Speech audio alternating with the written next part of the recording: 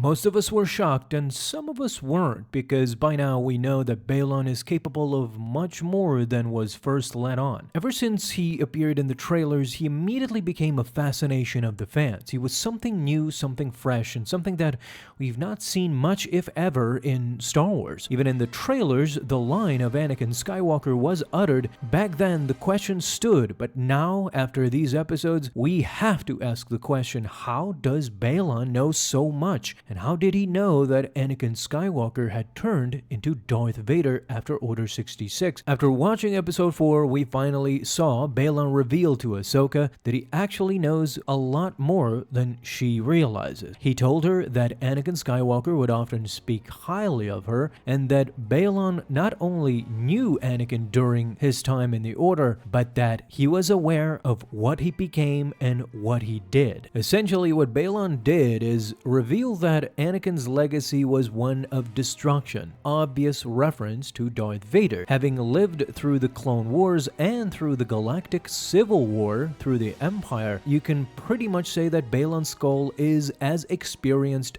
as Ahsoka, and maybe even more. It's quite fascinating what Dave Filoni has done, because Ahsoka and Baylan's journeys mirror each other in many ways. Both of them had lost faith in the Jedi Order a long time ago. Even the title, Fallen Jedi, of Episode 4 arguably describes both Ahsoka and Baylan. But ultimately, there is another reason why they are similar, and I believe I have the answer of how Baylan actually found out Anakin had become Darth Vader, or Darth Vader was Anakin, whichever you prefer, because both Ahsoka and Baylan used kind of the same Force power to conclude this fact, to realize what Anakin had become. Stick around, because we're gonna reveal a lot more than that during this episode. I have my beliefs that Baylan will not just stop at this, but he has his own personal agenda. Let's start from the beginning. We learned from episode 1 that Baylan Skoll had left the Jedi Order after the Clone Wars. This was stated by Hu Yang in episode 1, as I said. This was also done during the analysis of his lightsaber hilt. What we know from the timeline, Baylan served during the Clone Wars along other Jedi, and now by seeing that he was aware or knew Anakin,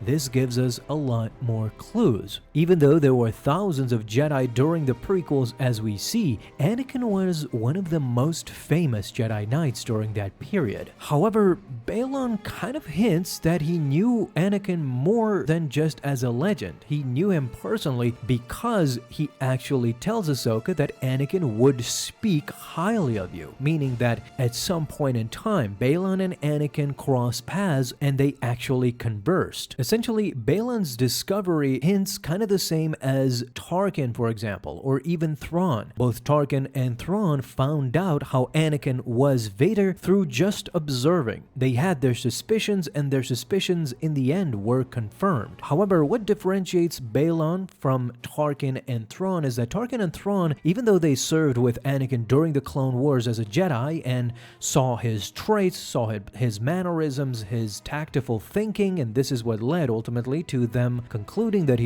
Vader was Anakin, the difference is that Tarkin and Thrawn served with Darth Vader, continued to serve with him throughout the Empire. In contrast to this, Baylan only knew Anakin as a Jedi. He didn't go on to serve the Empire after it was created. Therefore, he didn't spend time with Darth Vader. So again, it begs the question, how did he find out from afar? Or was it from afar? We're gonna find out later. So let's get into another question. Baylan's age. It's not revealed in Ahsoka officially. However, considering that Ahsoka takes place roughly 30 years after Order 66, Baylan was likely a Jedi Knight during the Clone Wars, similar to Anakin. He probably was of similar age. If Anakin would have survived past Return of the Jedi, then both Anakin and Baylan would be of similar age in this series, in the Ahsoka series. Even Baylan Skoll's armor resembles that of Anakin's during the Clone Wars, combining more classic Jedi robes with pieces of armor on the shoulders. What's interesting about Baylan also is that not only did he survive Order 66, but he did something that very few Jedi did, and that is outlive the Empire altogether. If he wasn't already, then this makes him one of the most unique Star Wars Wars characters. His uniqueness was immediately apparent in episode 1, where according to Hu Yang, his lightsaber was so unique that no one had attempted to stylize a hilt like his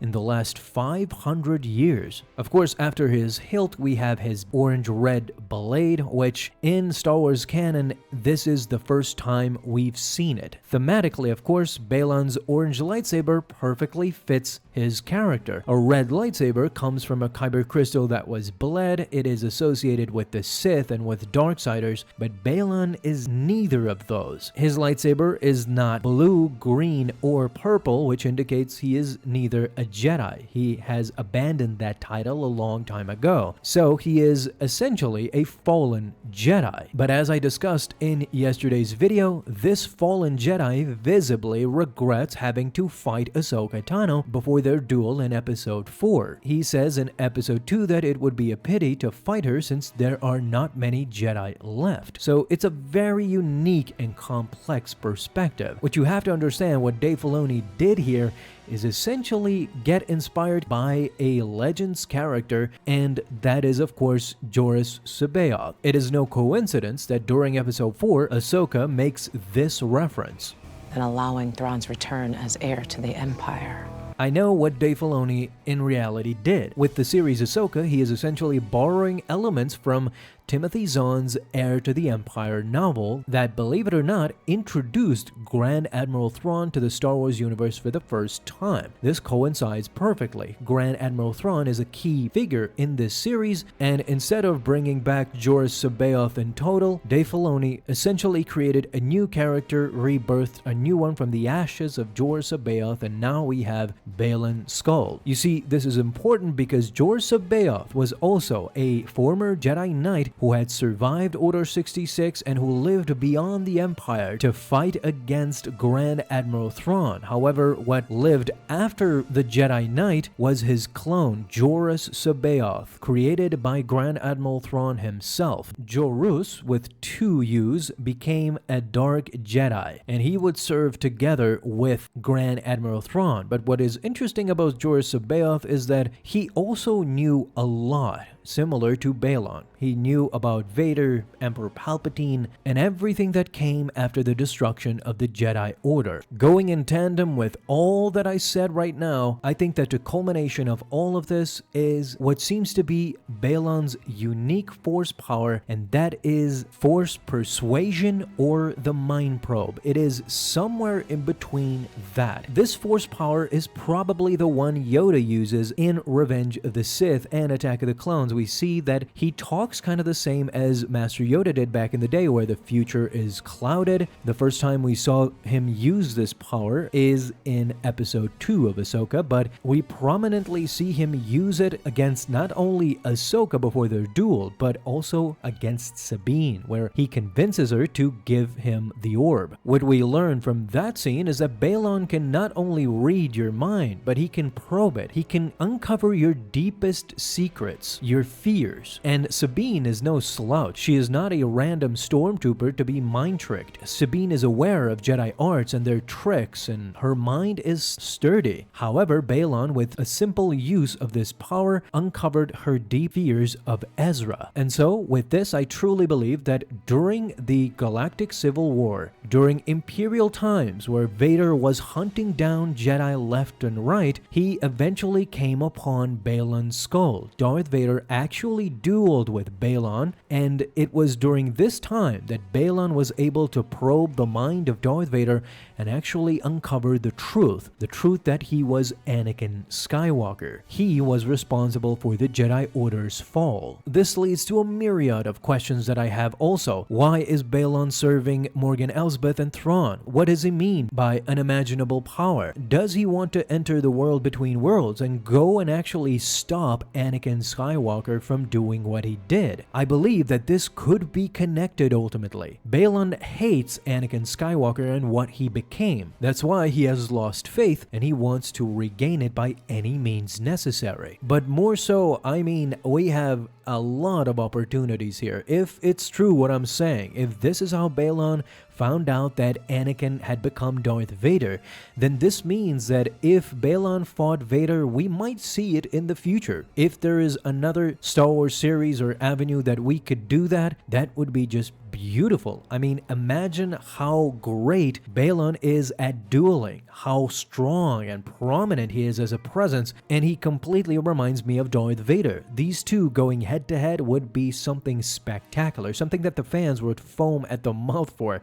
I know I would. So this is kind of great, and I want to see that scene. Dave Filoni, make it happen. Guys, what did you think of this video? Talk to me down below.